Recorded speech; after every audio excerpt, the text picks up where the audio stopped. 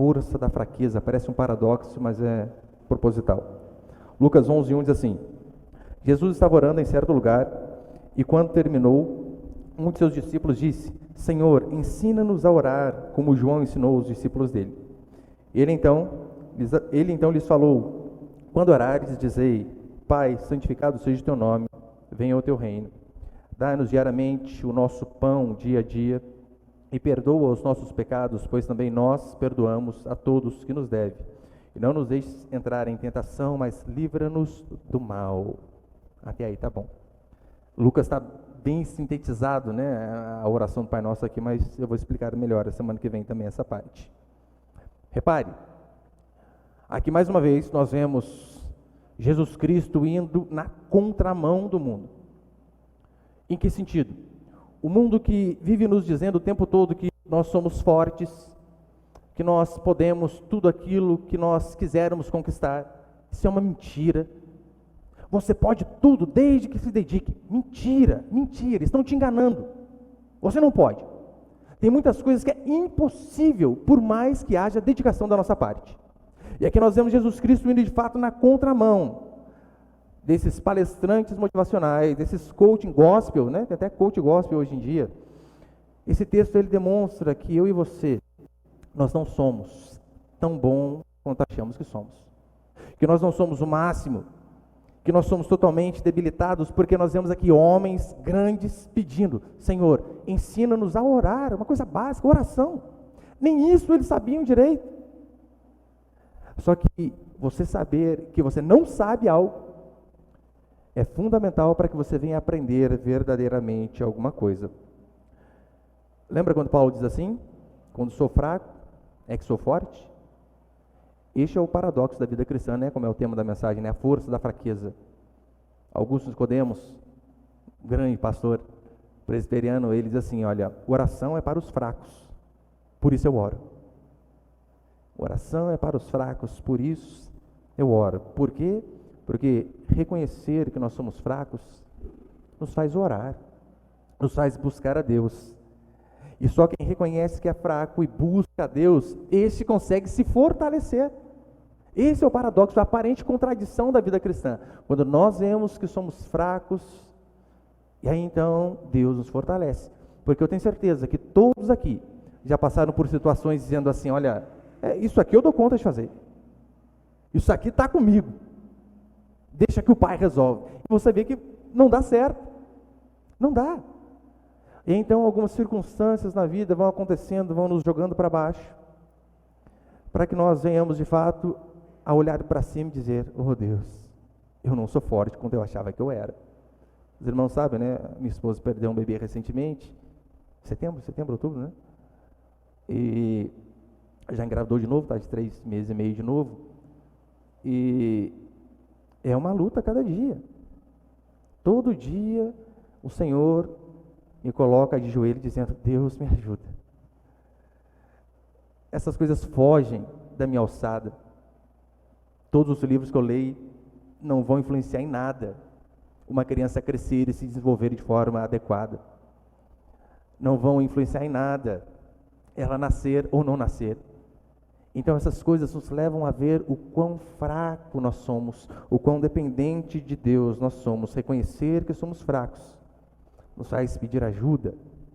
E quando nós pedimos ajuda ao Senhor, nós nos tornamos fortes. E eu quero passar alguns princípios aqui então, dessas passagens aqui. Põe o primeiro ali, por favor. O primeiro princípio é o seguinte: nós precisamos de mestres, professores, que de fato nos ensinem. Veja, nós vivemos uma sociedade onde existe uma tara por diploma. As pessoas querem a qualquer custo um canudo, um diploma. Você querer um diploma é muito diferente de você querer obter conhecimento. E em se tratando de faculdades brasileiras, às vezes, esses caminhos são antagônicos. Se você quer de fato conhecimento, sabedoria, você não pode ir para a faculdade. Com raríssimas exceções. Porque lá o que acontece é imbecilizar o ser humano. Tem um livro de John Taylor Gatto que chama Emburrecimento Programado. Ele vai dizer que a escola não falhou, ao fazer com que o Brasil fique nos últimos lugares do ranking do IPISA e todos os outros rankings de educação. Não, a escola não falhou. Este era o objetivo. O emborrecimento era programado. Fazer com que a maioria dos seres humanos se tornassem massa de manobra. Então nós vivemos essa época onde há uma tara por diploma e não por um aprendizado genuíno. Só que na sua cabeça, assim como na minha, assim como na de muitos, ficaram durante anos, o que é o aprendizado para muitos? É você frequentar algum lugar onde existe um professor ali na frente, uma plateia, uma sala de aula, e tem que estar escrito escola e automaticamente fornecer um diploma depois de um longo período. Se você não passa por esse caminho, você não aprendeu, o seu aprendizado não é verdadeiro. Isso é mentira. Eu conheço inúmeros professores de português que não sabem o que é um vocativo, que mandam mensagem, não sabem que existe pontuação, não sabe que tem que ser, né? Bom dia, vírgula, pastor, exclamação, não sabe. Estou falando de professor de português. Médicos do nosso estado, em São Paulo, que não sabem interpretar um simples exame de raio-x. Eu não estou dizendo nem coisas complexas, não. Põe ali a matéria, por favor, Miguel.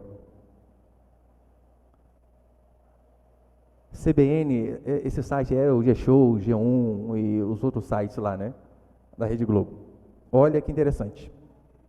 Ao menos 80% dos médicos formados em São Paulo em 2016 não sabem interpretar um raio-x. 80%. De cada 10, 8 não sabem interpretar um raio-x. Mas foram às faculdades.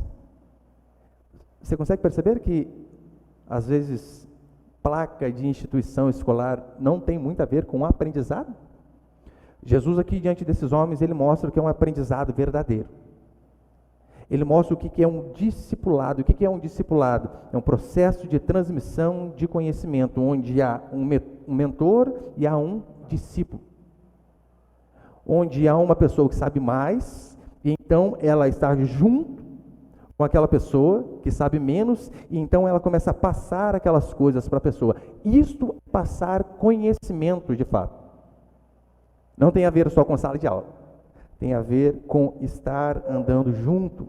Discipulado é muito mais que um homem diante de uma plateia. O discipulado de Jesus Cristo que vai mostrar para mim e para você é você ensinar princípios elementares de vida. É certo que o rei Filipe da Macedônia, rei Filipe II da Macedônia, ele sabendo a importância de educar bem o seu filho, ele vai atrás de um dos homens mais inteligentes de sua época. Então ele pega Aristóteles e coloca como tutor de seu filho Alexandre. E então, por conta de Alexandre andar uma vida toda com alguém mais sábio do que ele se torna Alexandre o Grande. Por quê? Porque ele, não frequentando uma escola convencional, tinha alguém disposto a ensinar e ele estava disposto a aprender. Aqui os discípulos viram Jesus Cristo orando e por conta de vê-lo, eles dizem: Senhor, ensina-nos também. É por esse motivo que, por mais que a internet ajuda bastante. Por exemplo, tem irmãos aqui que vieram à nossa igreja por conta da internet. Ajuda, de montão. A mensagem vai, o evangelho vai. Cursos online que se compra é uma maravilha. Mas discipulado online não tem como. Aprender de fato é você estar junto. É a pessoa errar, você corrigir, errar, você corrigir. É por isso que Deuteronômio 6,6 vai dizer que nós devemos inculcar a palavra de Deus na cabeça dos nossos filhos, ao acordar, ao levantar, ao andar, ao caminhar, em todas as circunstâncias. Inculcar, de fato, é enfiar na cuca. E isso é um processo de aprendizado, porque o ensino verdadeiro ele é uma coisa orgânica. Ele não é a mesma coisa para todo mundo. Não é. Ensino é orgânico, ele vai se movendo de acordo com cada circunstância. É tão certo que, olha o que Paulo vai dizer para Tito. O que é um ensino verdadeiro? Paulo diz assim, lembrando, Tito era um pastor mais novo, Paulo um pastor mais velho, escrevendo para um pastor mais novo. As mulheres mais velhas, de igual modo, sejam reverentes no viver, não caluniadoras, não dadas a muito vinho, mestras do bem, para que ensinem as mulheres novas a amarem o marido e os filhos, e serem equilibradas, puras, eficientes no cuidado do lar, bondosas, submissas ao marido, para que não se fale mal da palavra de Deus. Exorta de igual modo os jovens para que sejam equilibrados, que a sua conduta seja exemplar em tudo. Na doutrina mostra a integridade, sobriedade, linguagem sadia e irrepreensível, para que todo adversário seja envergonhado, não tendo como nos criticar. O que é aprendizado verdadeiro? É as mulheres mais velhas, piedosas, ensinando as mais novas. É interessante que ele diz assim, né? De que jeito? Olha, ensine as mais novas a amarem o marido e os filhos. Ensino superior ensina tudo, menos isso aqui. Amar o marido, ser submissa ao marido. Mostra para mim uma faculdade apenas, que ensina você, mulher, a ser submissa ao marido. Não tem. Não existe. A serem equilibradas, puras, eficientes no cuidado do lar, bondosas, eficientes no cuidado do lar. Nada contra a mulher ser sábia, se especializar em alguma coisa, mas ela precisa, o mínimo, saber cuidar de uma casa. É por isso que, eu por enquanto tenho 3 homens, não sei que vai ser o 4. Eu, desde quando minha esposa engravida, eu falei, Senhor, não é uma esposa que sabe cozinhar para esses meninos, pelo amor do Senhor. Livra eles de uma mulher porca, de uma mulher que não cuida da casa. Tem misericórdia da vida dos meus filhos. E ouça isso que eu vou falar para você. Esse conselho é valiosíssimo. Isso é discipulado. Paulo ensinando a Tito. E o que eu vou falar para você, você deve realmente guardar na sua mente. Até o seu filho, você que tem filho, até o seu filho ou a sua filha descobrirem a vocação, o chamado deles, que pode ser totalmente diferente do seu, óbvio que pode. Não é porque você faz A que seu filho vai ter que fazer A também. Pode ser totalmente diferente, não há problema nisso. Mas até o seu filho ou a sua filha descobrirem a vocação a qual Deus os designou, ensine-o aquilo que você faz. Não importa o que você faça, ensine-o aquilo que você faz. Se você é mulher, você é dona de casa, ensine a sua filha a lavar, a cozinhar, a passar uma roupa. Ela vai precisar disso para a vida dela. Você precisa ensinar aquilo que você faz para o seu filho, para a sua filha. Tem um irmão que é pedreiro aqui na nossa igreja, e às vezes ele leva o filho dele pequeno para a obra. Tem que levar. Tem. Precisa ensinar. Olha, se eu sei ser um bom pedreiro, o menino vai saber. Se lá na frente ele quiser pegar outro caminho, tudo bem. Deus que sabe.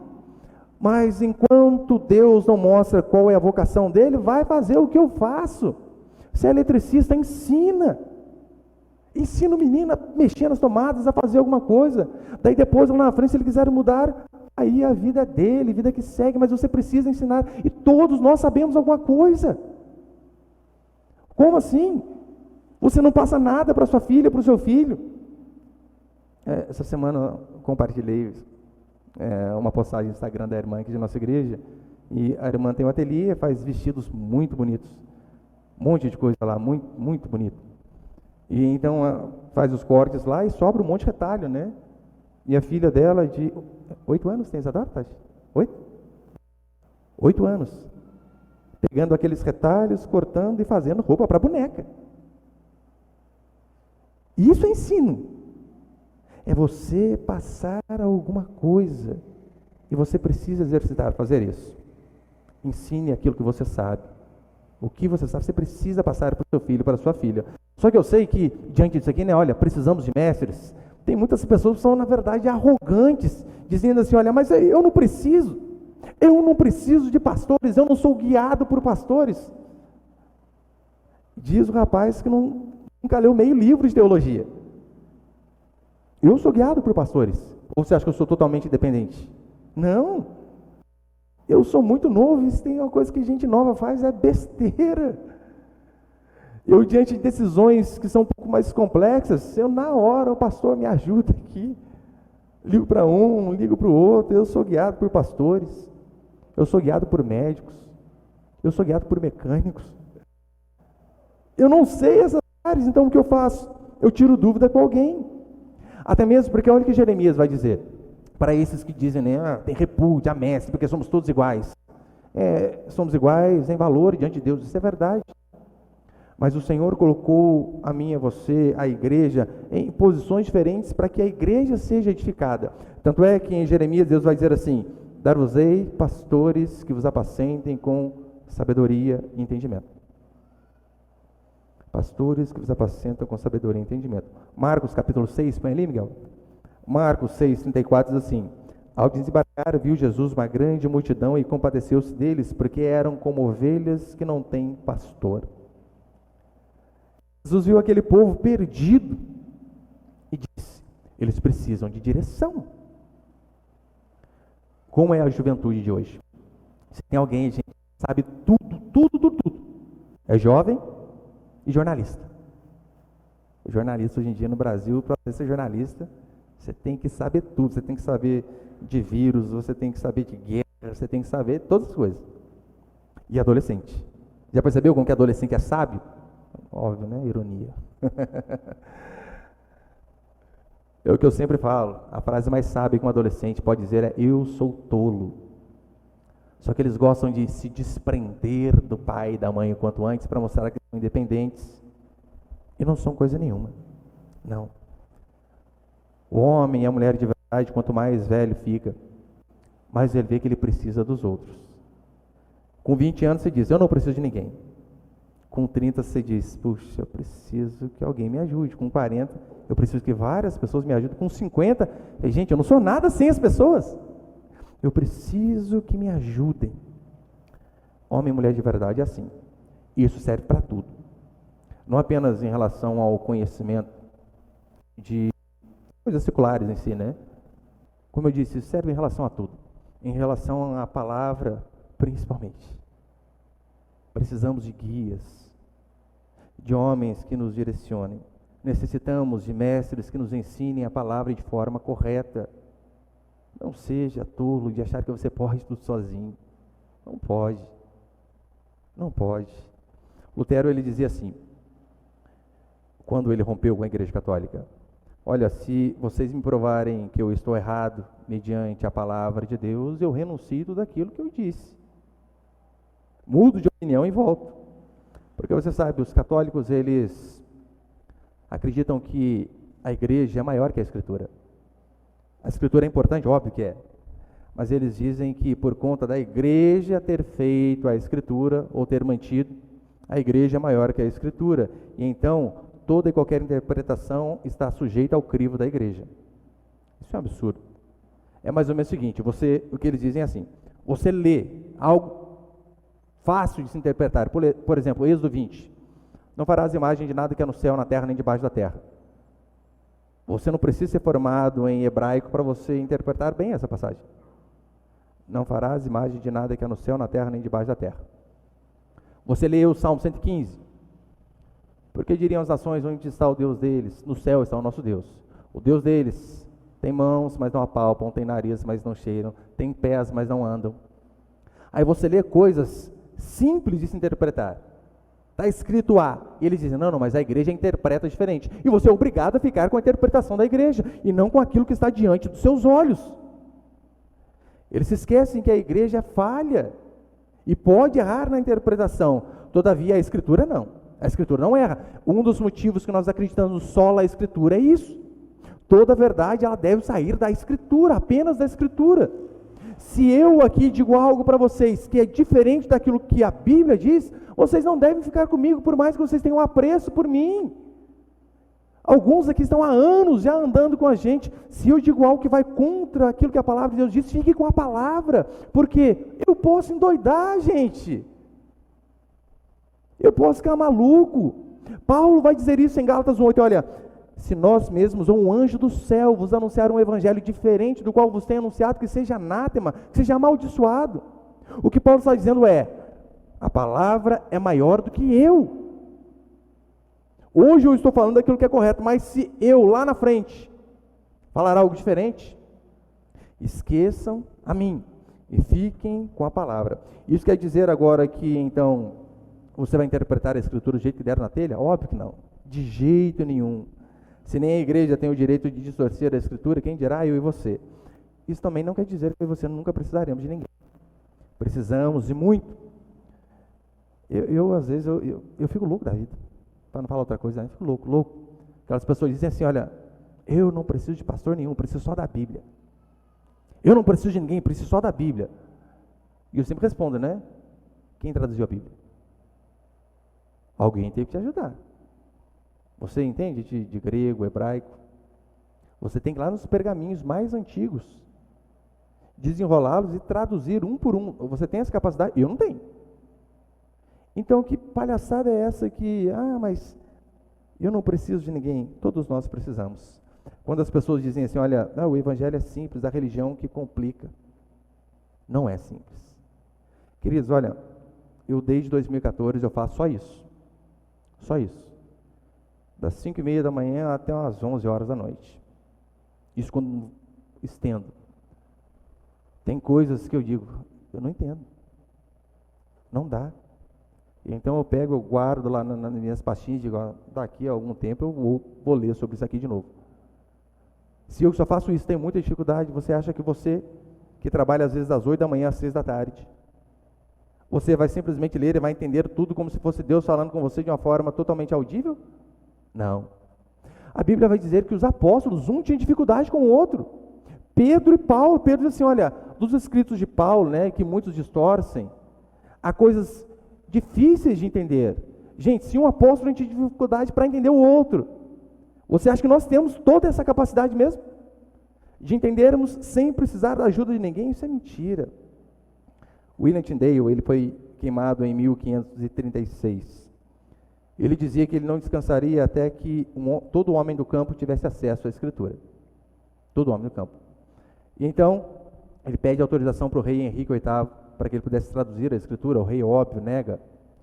Ele foge em 1524 e não volta nunca mais. Você pode dizer que existem homens sem vergonhas e picaretas. Existem. Que existem homens falsos. Mas dizer que a religião é falsa, isso é um absurdo. Segundo, põe por favor, Miguel. Fazendo barulhinho aqui atrás, não sei o que é. Segundo princípio é a oração. Repare, Jesus Cristo era alguém que era ocupadíssimo. E mesmo ocupadíssimo, ele sempre arrumava um tempo para orar. Nós fazemos o contrário, né? Fulano, você orou hoje? Nossa, mas estava cheio de coisa para fazer, não deu tempo. Ele fazia diferente. Os homens de Deus sempre fizeram assim, quanto mais coisa eu tenho para fazer, mais eu preciso orar. Ele diz, se você não quer entrar em tentação, o que você tem que fazer? Não é tomar banho gelado, porque muitos homens pensam que é assim que vence, né? Estou sendo tentado, banho gelado. Não adianta. A Escritura diz, para que não entreis em tentação, orem. Estão desanimados? O que fazer para vencer o desânimo? Orem. Ansiosos? Preocupados com o dia de amanhã, com o que vai ser de você? Orem. Está necessitado, precisando de alguma coisa? Ore. Este é o caminho, é orar o tempo todo. Não estou dizendo orar 24 horas, é que tem pessoas que pensam que a gente tem que orar o dia inteiro. Mas o espírito de oração sim, é por isso que Paulo diz, orai sem cessar. E o Pai Nosso aqui, ele vai deixar claro, a oração aqui não é simplesmente Jesus dá um formato para que eu e você venhamos repetir de forma mecânica, não. O Pai Nosso é apenas uma base para que nós venhamos orar de acordo com os princípios da Escritura. Agora, a mentalidade católica, né? Eu falo para você porque eu fui católico 21 anos. A mentalidade católica, via de regra, é assim: Deus é atraído pela quantidade de vezes que você repete a mesma coisa. Não é assim? Se você confessou lá quando você era um pirralho. O padre falava, vai lá, ora 5 Pai Nosso, 10 Ave Maria. Dependendo da pessoa aqui, né? Leva uns 18, 20 textos de uma vez, que seu caso é feio. Então você pensa que pelo muito repetir aquelas palavras, é que então você vai obter perdão ou coisa parecida. Não, Jesus vai dizer assim em Mateus 6, esses presumem que pelo muito falar serão ouvidos. Ele vem dizer, não, querido, isso aqui é apenas uma demonstração de como eu e você devemos orar. Por isso que ele diz, olha, Pai nosso, santificado seja o teu nome. Santificado ali, a palavra é separado, né? Separado. Por exemplo, Deus é santo. Não devemos colocar o nome dele em meio a piadas. Piadinha do dia a dia, sabe? Não. Santificado seja o teu nome, engrandecido acima de tudo, separado. Venha o teu reino. Ou seja, oh Deus, qual será o dia em que o Senhor vai voltar, nos resgatar, nos levar para perto de Ti? O pão nosso de cada dia nos dai hoje. Uma vez o irmão perguntou para mim, pastor, quando a Bíblia diz que nós devemos orar, né? Pão nosso de cada dia nos dai hoje, é o pão de sal, o pão francês que a gente tem que orar para Deus dar? Eu falei, não, criatura. É a sua necessidade. Por exemplo, para muitos, um carro é uma necessidade, porque é através do carro que ele consegue vir ao culto, que ele consegue trabalhar, que ele consegue fazer várias coisas. Então o seu pão vai ser um carro.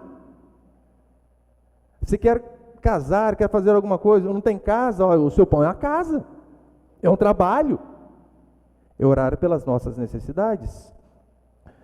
E é interessante que ele diz assim, Senhor, e perdoa os nossos pecados, assim como nós perdoamos aquele que nos tem ofendido. Aqui tem uma condicional. Deus perdoa os nossos, assim como nós perdoamos o outro. Como que você está em relação a perdão? Muitas das vezes, né? Eles não perdoam, guardam mágoa, pior, arquiva as coisas. Eu não sei se mulher tem mais facilidade, né? Porque as pessoas falam, né? Mulher, ela não esquece, ela arquiva. Daí qualquer probleminha que dá DR lá, mas aquela vez, dia 3 de novembro de 1996, às 4h32 da tarde, você lembra? Que a gente estava na sorveteria, o seu olhar para onde foi? Cara, não lembro o que ele almoçou ontem, gente. E aí, nós não temos o hábito de perdoar e queremos que Deus nos perdoe. De que jeito? Deus, ele não vai perdoar você pelo tanto que você faz. Para os católicos, né? Faz uma romaria, uma procissão, alguma coisa assim. Os neopentecostais, eles acham que eles adquirem o perdão de Deus através de dinheiro. Faz um voto de 300 aqui que você vai ser perdoado. Não, não é.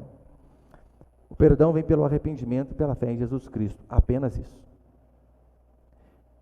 E um arrependimento genuíno não é você fazer uma oração em lágrimas. Não, arrependimento não é quando você chora. Arrependimento é quando você muda. Por isso que às vezes a pessoa está no culto, né, e derrama lágrimas, e Deus me perdoa, tenho andado errado esses anos todos. Na semana seguinte ela continua do mesmo jeito. O que houve ali foi apenas um emocionalismo, não houve um arrependimento verdadeiro. E repare que a centralidade de Deus tem que ser o foco da nossa existência. É por isso que aqui nós vemos que antes do pão nosso, a oração vem Pai Nosso. Antes de pedir as coisas, vem o engrandecer o nome do Senhor, para que só depois possamos pedir as coisas. E terceiro, e último para encerrar, põe ali, por favor, Miguel.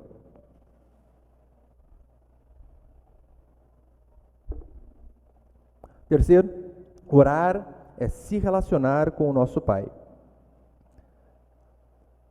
Às vezes, eu tenho alguns amigos ateus, né? E eu sempre digo, né, o ateu tem mais fé que a gente. Porque se eu tivesse um pouquinho de fé que aqueles caras têm... Como assim? Você acredita que o mundo veio de uma explosão? É sério? Que um universo imensurável, tudo estava confinado, comprimido em algo do tamanho da cabeça, de um alfinete. E então houve uma explosão e todas as coisas foram acontecendo, e tudo caiu no lugar. Eu sempre digo, olha, qual a possibilidade de você encher ao redor de um depósito de material de construção de dinamites, explodir cimento, argamassa, lajota, areia, pedra, explodir tudo aquilo lá e cair uma casa? É loucura ou não é? Isso aqui é apenas uma analogia bem fraquinha. Os ateus acreditam em algo muito superior a isso. Eu falei, não dá. E uma vez eu disse para um amigo, né? Falei, pô, vai embora, vai com Deus. Daí o outro era ateu, né? Vai. O que eu falo para ele, gente? Vai com as forças cósmicas do universo que convirgem ao teu favor. Sei como você dá tchau pro Mateus, né? Dá um jeito aí, vai. Como que eles oram? Eles não oram. É por isso que na hora da dificuldade, nós temos em quem nos apoiar. Ainda que a luta seja grande, ainda que a enfermidade venha, ainda que o luto bata a nossa porta. O simples fato de crermos no amanhã nos fortalece para superar as dificuldades de hoje. Um ateu não acredita no amanhã, então o filho que morre é apenas um aglomerado de célula que deixa de existir. Veio do nada e foi pro nada. Por isso que eles não oram. Como que outros, todavia, oram? Lembra, os gregos, eles faziam alguns sacrifícios aos deuses. Se eles iam para o mar, eles precisavam, né? Vamos fazer um sacrifício a Poseidon. Sempre tinha um Deus. Repare como que Jesus Cristo nos ensina a orar. Não começa dizendo assim, olha, Deus distante, tem misericórdia de nós. Não, Pai. Pai nosso que estais no céu. Jesus Cristo, ele vai chamar Deus de Abba, né? Que é mais íntimo ainda, né? Paizinho. Não é isso que às vezes as crianças nos chamam? Esse é o grau de intimidade que a Bíblia coloca de nós em relação a Deus, o Criador dos céus e da terra. Você tem noção do que é isso? Ah, Paizinho querido, quem? O Criador de tudo. A nossa oração começa justamente assim. Então, partindo deste princípio fundamental de que Deus é Pai, toda a nossa cosmovisão muda. Sabendo que Ele não é apenas um Deus distante, mas que Ele é um Pai presente. Toda a nossa cosmovisão vai mudar. O nosso pensamento vai mudar. E então, a Escritura ainda vai dizer assim para mim e para você, olha, vocês que são pais, vocês, por mais que amem os seus filhos, vocês são maus comparados a Deus. Ele diz, olha, se vós que sois maus saber dar boas coisas aos vossos filhos, quanto mais o vosso Pai Celeste. Ele está dizendo que eu e você, por melhor que eu e você sejamos, nós somos maus pais. E não apenas nós. Já viu? Uma vez uma reportagem sobre uma mãe que a casa dela pegou fogo, ela entrou no meio das chamas e salvou o filho e morreu. A Escritura diz que essa mãe é má. A mãe que doou o rim para uma filha, para um filho. Muito amor envolvido. Essa mãe, a Escritura diz, é uma má mãe. Mães que já geraram filhos alugando a barriga porque a filha não podia ter filho. Oh, um gesto de fraternidade imensurável. A Bíblia diz que essas mães são más. Eu vi uma vez uma reportagem sobre uma mãe na África do Sul que ela enfrentou um leão para salvar o filho. Essa literalmente, né? Pegou aquele exemplo, a mãe é uma leoa, essa aí foi? Essa foi. Mas a Bíblia diz que todas essas são más mães. Por quê? Porque o padrão de comparação não é o que você faz em relação à sua vizinha. O padrão de comparação é o que você faz em relação ao que Deus faz. E em relação ao que Deus faz, quem aqui pode dizer que é um bom pai, uma boa mãe? Absolutamente ninguém. Olha, eu desejo de coração, de todo o meu coração, melhor para os meus filhos. Todo pai que tem pelo menos 2 neurônios, um pouquinho só de amor no coração, ele sabe que ele deseja o melhor para os filhos dele. Eu me disponho a fazer o melhor para eles. Eu me disponho a nunca desistir, mesmo depois de inúmeros erros. Às vezes dá vontade de, né? Às vezes eu digo para alguns deles, olha, eu te pus no mundo, eu arranco dele. Continua. Faz isso, você vê. Mas eu me disponho a fazer o melhor mesmo diante dos inúmeros erros que eles cometem. Eu me disponho a protegê-los com toda a força que eu acho que eu tenho. Mas então, eu vou orar, eu leio a Escritura e eu vejo como que Deus é em relação a mim. A única coisa que eu chego, a única conclusão que eu chego é a seguinte: puxa, o meu amor para com os meus filhos está tão longe de ser o amor com que Deus ordena com que nós venhamos amar. Muito longe. Como eu disse há algumas semanas, Paulo vai dizer assim em 1 Coríntios, o amor é paciente. Quantos daqui já perderam a paciência com o filho? Só eu, gente? Você que já perdeu? Você capaz já, né?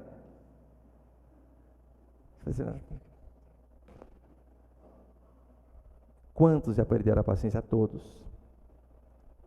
O que isso significa? Significa que nós estamos longe de amar os filhos que saíram de nós com o amor verdadeiro, com que Deus nos amou e nos ordena amar. Então, diante disso, eu vejo, é só Deus para ter uma paciência sem limite. Porque a minha, rapidinho vai embora. E então eu vejo quão distante eu estou do Senhor. Por isso que Deus, o Deus do cristianismo, ele não é uma ideia filosófica, como Platão, Aristóteles, Sócrates e tantos outros.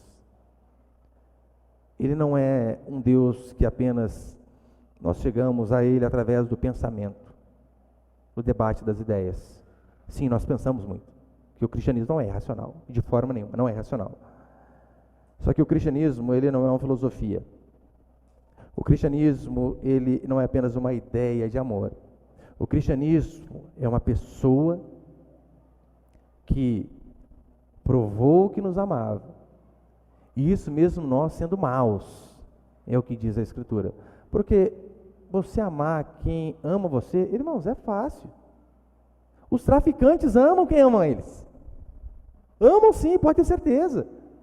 O picareta lá da rua de sua casa lá, que vive no bar, que vive drogado, que dá um perdido à mulher, final de semana sim, final de semana também. Ele ama o filho. Ama. Só que amar como Deus ama, nós estamos longe. Porque isso envolve uma transformação. Isso envolve você chegar diante de algo que você jamais daria conta. Eu não sei quantos aqui fazem academia, mas, por exemplo, coloca lá 20 quilos para você levantar no supino. Pô, um galãozinho de água, né? Até as crianças que levantam. Não é possível. Fácil. Isso é o que você dá conta. Deus, ele chega e já coloca 2,5 toneladas para começar. Levanta aí. Só para que eu e você vejamos o quão longe nós estamos daquilo que ele nos pede. Mas a boa notícia do cristianismo é que aquele que nos amou de forma incondicional, através do seu Espírito Santo, vai nos moldando durante toda uma vida, para que nós também possamos amar o próximo. Porque esse é o teste. É isso que eu falo constantemente. Amar quem está longe, meu irmão, é a coisa mais fácil do mundo. Você não se relaciona com quem está longe. O pastor da internet é uma maravilha. Ele falou algo que você não concorda, opa, muda o celular. E quem está junto? E o pai que erra? E o filho que constantemente erra? E a mãe que erra? Mas este é o mandamento, e a certeza que nós temos é que aquele Deus que é amor vai nos encher de teu Espírito e nos capacitar a amar também como Ele nos amou. Amém, meus irmãos?